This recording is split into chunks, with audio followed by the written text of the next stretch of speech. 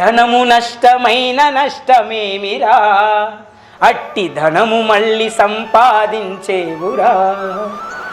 ధనము నష్టమైన నష్టమేమిరా, అట్టి ధనము మళ్ళీ సంపాదించేవురా. ఆరోగ్యమే నష్టమైన కొంచెం నష్టమే గాని, ఆరోగ్యమే నష్టమైన కొంచెం నష్టమే కాని, చరిత్రయే నష్టమైనచో నీ జీవితమే నిష్ఫలంబురా. మానవా మానవుడవు కమ్మురా, ఓరి మానవా మానవుడవు కమ్మురా.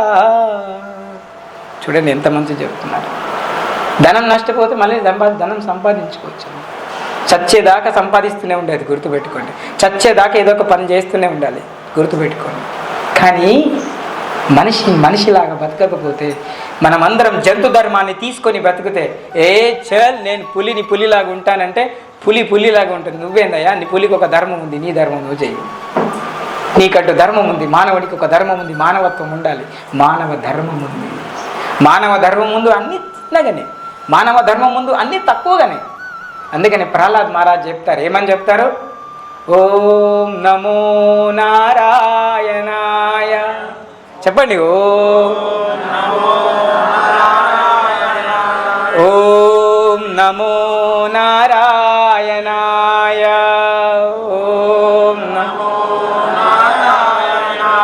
ఓం నమో నారాయణాయ. ఓం నమో నారాయణ మంత్రం శ్రీమన్నారాయణ భజనం. నారాయణ మంత్రం శ్రీమన్నారాయణ భజనం. నారాయణ మంత్రం శ్రీమన్నారాయణ భజనం.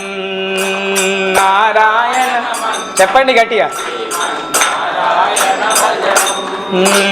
నారాయణ మంత్రం శ్రీమన్నారాయణ భజనం. నారాయణ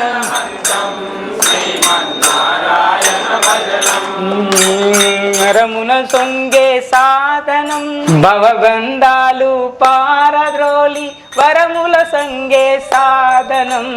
నారాయణ మంత్రం శ్రీమన్నారాయణ. నారాయణ మంత్రం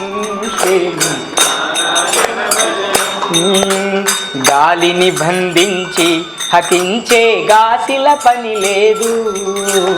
గాలిని బంధించి హతించే గాసిల పని లేదు. జీవుల హింసించి కృతువుల చేయగ పని లేదు. జీవుల హింసించి కృతువుల చేయగ పని లేదు.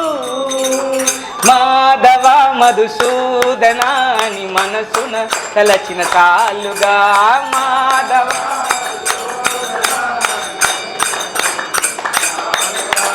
మాధవ మధుసూదనాని మనసున తలచిన చాలుగా. మాధవ మధుసూదన. నారాయణ మంత్రం శ్రీమన్నారాయణ భజనం. నారాయణ మంత్రం నాద హరే శ్రీనాథ హరే. నాద హరే జగన్నాథ హరే. నాద హరే శ్రీనాథ. నాద హరే. నాద హరే శ్రీనాథ హరే. నాద హరే జగన్నాథ హరే. నాద హరే శ్రీనాథ హే. నాద హరే శ్రీనాథ హరే. నాద హరే జగన్నాథ హరే. నాద హరే శ్రీనాథ హే. నాద హరే శ్రీనాథ హరే. నాద హరే శ్రీనాథ హరే. నాద హరే శ్రీనాథ హరే. నాద హరే జగన్నాథ హరే. నాద హరే శ్రీనాథ హరే. నాద హరే. ఓం నమో నారాయణ.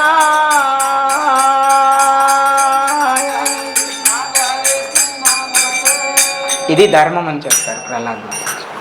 మనిషి యొక్క ధర్మం భగవంతుని కీర్తించడం, భగవంతుని భక్తి చేయడం. చూడండి, మీరు భగవంతుడి నామం పాడుతున్నంతసేపు ఏమైనా అనిపిస్తుందా? ఎంత తేలిగ్గా అనిపిస్తుంది శరీరం. అసలు ఏ కర్మ అంటదండి మనకి? సత్కర్మ అంటుతుంది మనకి. అసలు ఏ కర్మ అంటదండి మనకి? మనం ఎవ్వరికి కూడా శత్రువులుగా ఉంటాం భక్తిలో ఉంటే. మీరు గుర్తుపెట్టుకోండి, మనల్ని ఎవ్వరు నిందించరు. నిందించినా కూడా ఆ నింద వాళ్ళకే వస్తుంది. మనల్ని ఎవరైనా అన్నారనుకోండి, వాళ్ళకి ఇబ్బంది కలుగుతుంది. భక్తి చేసేవారి జోలికి ఎవరు రావద్దని చెప్తారు భగవంతుడు. అది స్పెషల్గా ఎప్పుడు చెప్తున్నారు భగవంతుడు? భగవంతుడు ఏం చెప్తున్నారు? నమే భక్తి ఆపరణిష్యతి. ఎప్పుడైతే నన్ను ఏమైనా మీరు అనండి, రావణాసుడికి చెప్తారు, మీరు నన్ను టచ్ చేసినా ఏం కాకపోతుంది, నన్ను డైరెక్ట్గా ఎదుర్కొన్నా నాకేం కాదు. నా యొక్క సతీమాని తీసుకుపోయారు, అయినా నాకేం ప్రాబ్లం లేదు, నేను విడిపించుకుంటాను. కానీ ఎప్పుడైతే భగవంతుడు తన యొక్క భక్తుడికి వెంటనే ఆ యొక్క ఏదైతే ఇబ్బంది కలుగుతుందో వెంటనే భగవంతుడు అక్కడికి చేరిపోతాడు. గుర్తుపెట్టుకో. కాబట్టి భగవంతుడు ఏం చెప్తున్నారంటే, నాకేమైనా పర్లేదు, మీరు నన్ను దూషించినా పర్లేదు, కానీ నా భక్తుల్ని దూషిస్తే మాత్రం వెంటనే ఊరుకోరు.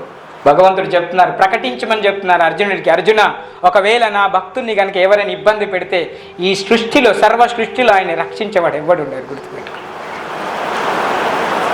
అదేవిధంగా నేను కాపాడాలనుకుంటే ఎవ్వరు కూడా అడ్డురారు. అడ్డు రానంతగా ఇంకెవరు అడ్డు రారు. ఇంకా నేను తలుచుకుంటే ఎవరు అడ్డు రారు. కాబట్టి భగవంతుడు అదే చెప్తున్నారు. మనమందరం భగవంతుడి అంశాలం కాబట్టి భగవంతుడు ఏం చెప్తున్నారు? మమైవాంశో జీవలోకే జీవభూత సనాతన. ఈ సనాతనంగా ఉన్నటువంటి మన లోపల ఉన్నటువంటి ఆత్మ మన యొక్క పరమాత్మకి నాకు సంబంధించింది, మీరందరూ నా అంశాలని చెప్తున్నారు భగవంతుడు. సో కాబట్టి మనమందరం కూడా భగవంతుడికి శరణగతి అయి ఉండాలి, గురువుకి శిష్యులమై ఉండాలి. అర్జునుడికి ఎలాంటి సందేహాలు వచ్చినప్పుడు చెప్తున్నారు, శిష్యస్తేహం షాదిమాం త్వాం ప్రపన్యం. నన్ను మీ గురువు నీ యొక్క శిష్యుడిగా స్వీకరించండి కృష్ణ. శిష్యుడిగా స్వీకరించి నాకు జ్ఞానోదయం చేయండి. నన్ను ఈ యొక్క బాధల నుంచి, నాకు సంక్రమించినటువంటి సందేహాల నుంచి నన్ను బయటపడేయండి కృష్ణ. నన్ను శరణం చేయనియండి అని చెప్పేసి భగవంతుడు శరణం పొందుతున్నాడు. అంటే అర్జునుడు భగవంతుడికి శరణం పొందుతున్నాడని గుర్తుపెట్టుకోండి. అంటే దీని మీనింగ్ ఏంటంటే, మనం కూడా ఎప్పుడో ఒకప్పుడు ఎవరికొకరికి ఖచ్చితంగా శరణం పొందాలని చెప్పి దీని యొక్క ఉద్దేశం. చూడండి, ఈ శరణం తర్వాతనే భగవద్గీత మొత్తం ఉంది. భగవద్గీత జ్ఞానం మొత్తం తర్వాత భగవంతుడు మాట్లాడడం, అర్జునుడు గ్రహించడం ఉంది తప్ప మొట్టమొదటిగా లేదు. శిష్యుడిగా మారిన తర్వాతనే ఆ జ్ఞానం అనేది వచ్చింది. మనం అందరం కూడా అంతే. మన హృదయాన్ని ఎవరికొకరికి శిష్యరికం అర్పించాలి. మన బుద్ధిని, మన యొక్క జీవన విధానాన్ని ఎవరి ఒక గురువు యొక్క సాంగత్యం, శిక్షణ గురువు యొక్క సాంగత్యంలో జీవనం అలా ఏర్పాటు చేసుకోవాలి.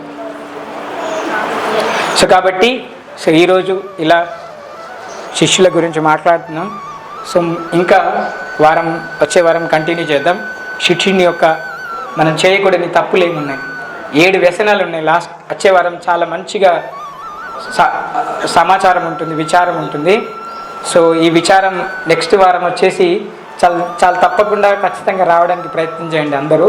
ఆ 7 వ్యసనాలు ఉన్నాయి మనం చేయకూడనివి.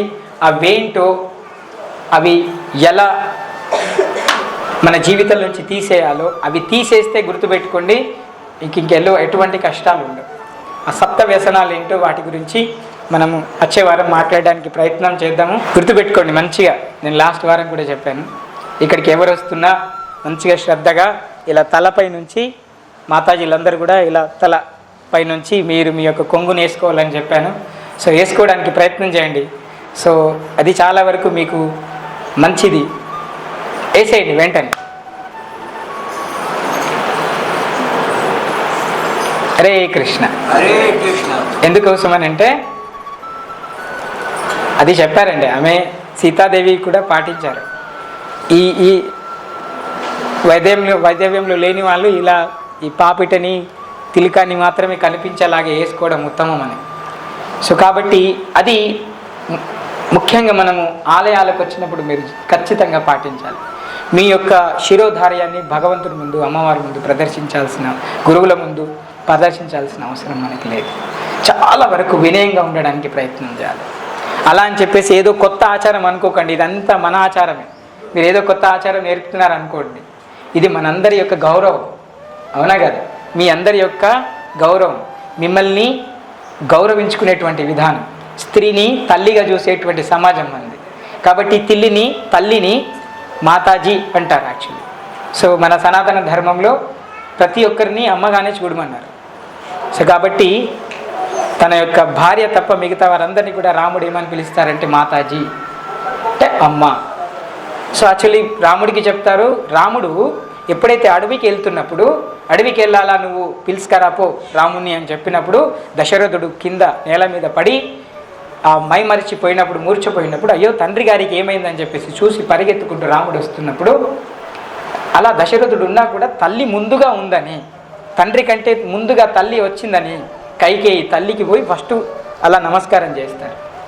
నమస్కారం చేసిన తర్వాతనే తండ్రి దగ్గరికి వెళ్తారు రాముడు. సో కాబట్టి అప్పుడు కూడా తల్లి ఎలా ఉంది, మంచిగా సంస్కరించుకుని ఉంది. కాబట్టి మీ సంస్కరణమే మీ పిల్లలకు వస్తాయని గుర్తుపెట్టుకోండి. పిల్లల ముందు అసభ్యంగా ప్రవర్తించరాదు, పిల్లల ముందు అసభ్యకరమైన మాటలు మాట్లాడరాదు, అసభ్య పదజాలం ఇంట్లో వాడరాదు. ఇవన్నీ మీరు తగ్గించుకుంటే పిల్లలకి అలవాటు అవుతుంది.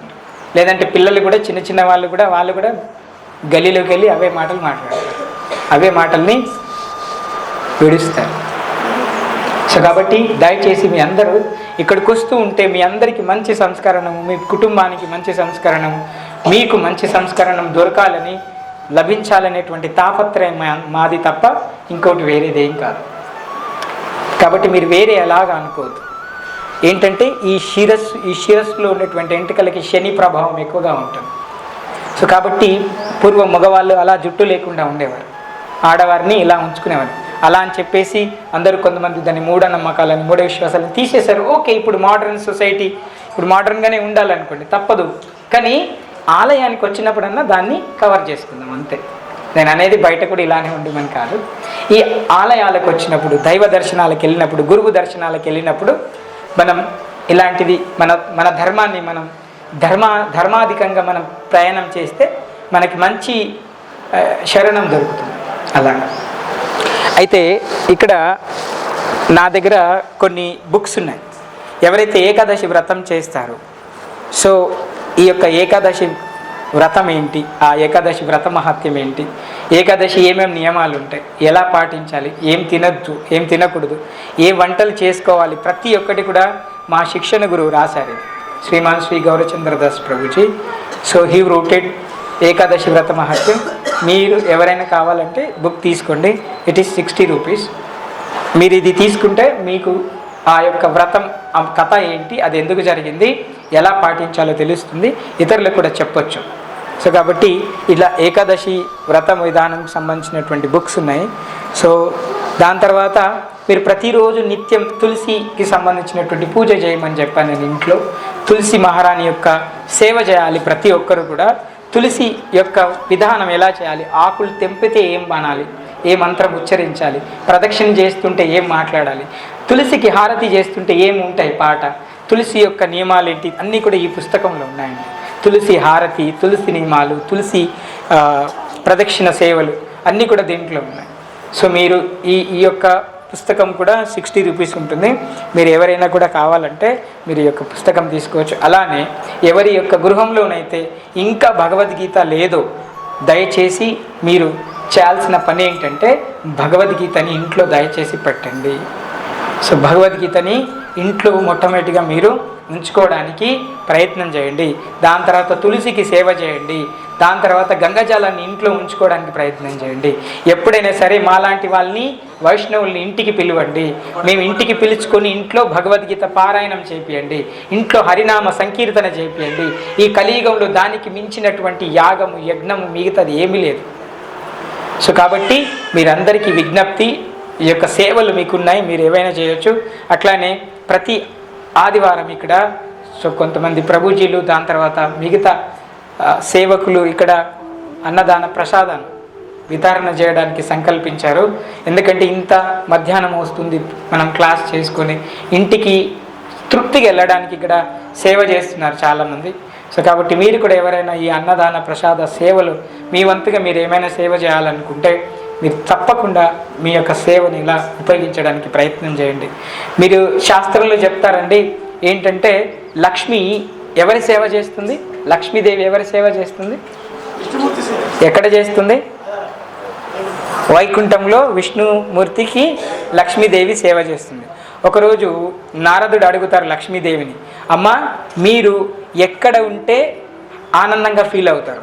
మిమ్మల్ని ఎక్కడ వాడితే మీరు జనాలు మిమ్మల్ని ఎక్కడ ఉపయోగిస్తే మీరు ఆనందంగా సంతృప్తికరంగా ఫీల్ అవుతారంటే, లక్ష్మీదేవి స్వయంగా నారదుడితో చెప్తుంది. నారద బ్రహ్మపురాణంలో ఏమని అంటుందంటే, ఎప్పుడైతే లక్ష్మి నన్ను తిరిగి నా యొక్క స్వామి సేవలోనే వినియోగిస్తారో అప్పుడు నేను ఇంకెక్కువగా ఆనందపడతానని చెప్పి అమ్మవారు చెప్తారు.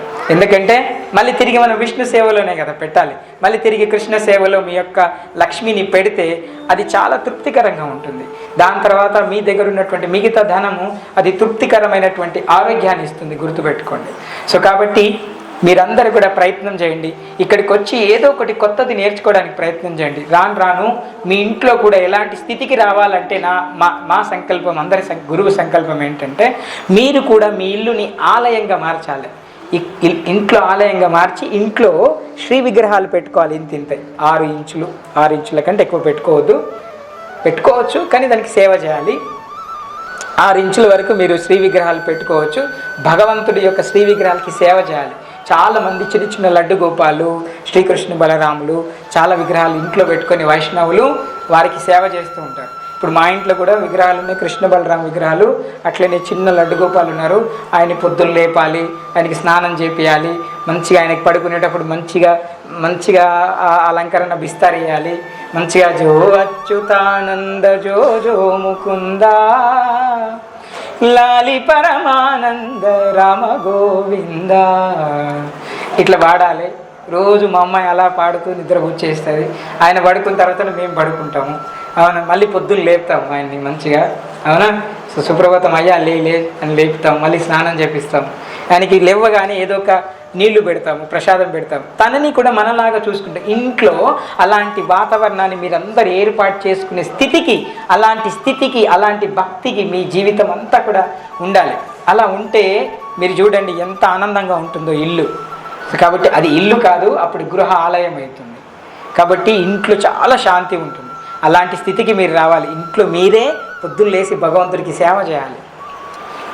అలాంటి స్థితిని మీరు కల్పించుకోవాలి. అలా చేయాలంటే ఏం చేయాలా? కొన్ని నియమాలు ఉన్నాయి, కొన్ని మాత్రమే. అవి మీరు తప్పకుండా మీరు హ్యాపీగా చేసేవి. వాటిని మెల్లగా నేర్చుకుందాం. మీకు ఎందులో కూడా బలవంతంగా లేదు. మీరు మనస్ఫూర్తిగా భగవంతుణ్ణి విశ్వసించినప్పుడు మాత్రమే అవి జటిలం అవుతాయి. కాబట్టి వాటందరినీ మీరు ఫోర్స్గా తీసుకోవద్దు. మీకు ప్రేమ అనిపించినప్పుడే, మీకు సేవ చేసే శక్తి ఉన్నప్పుడే, మీకు సేవ చేసేంత శక్తి భగవంతుడు మీకు ఇచ్చినప్పుడు మాత్రమే ఇక్కడ సేవలో మీరు వినియోగించండి. మీ ధనాన్ని కానీ మీ యొక్క వస్తువులను కానీ ఏ రూపకంగా మీరు సేవని చేసినా కూడా అది భగవంతుడు స్వీకరిస్తాడు. ఏ రూపకంగా చేసినా భక్తితో చేస్తే భగవంతుడు స్వీకరిస్తాడు. కాబట్టి ప్రతి ఒక్కరూ ఏ సేవ చేసినా భక్తితో చేయడానికి ప్రయత్నం చేయండి.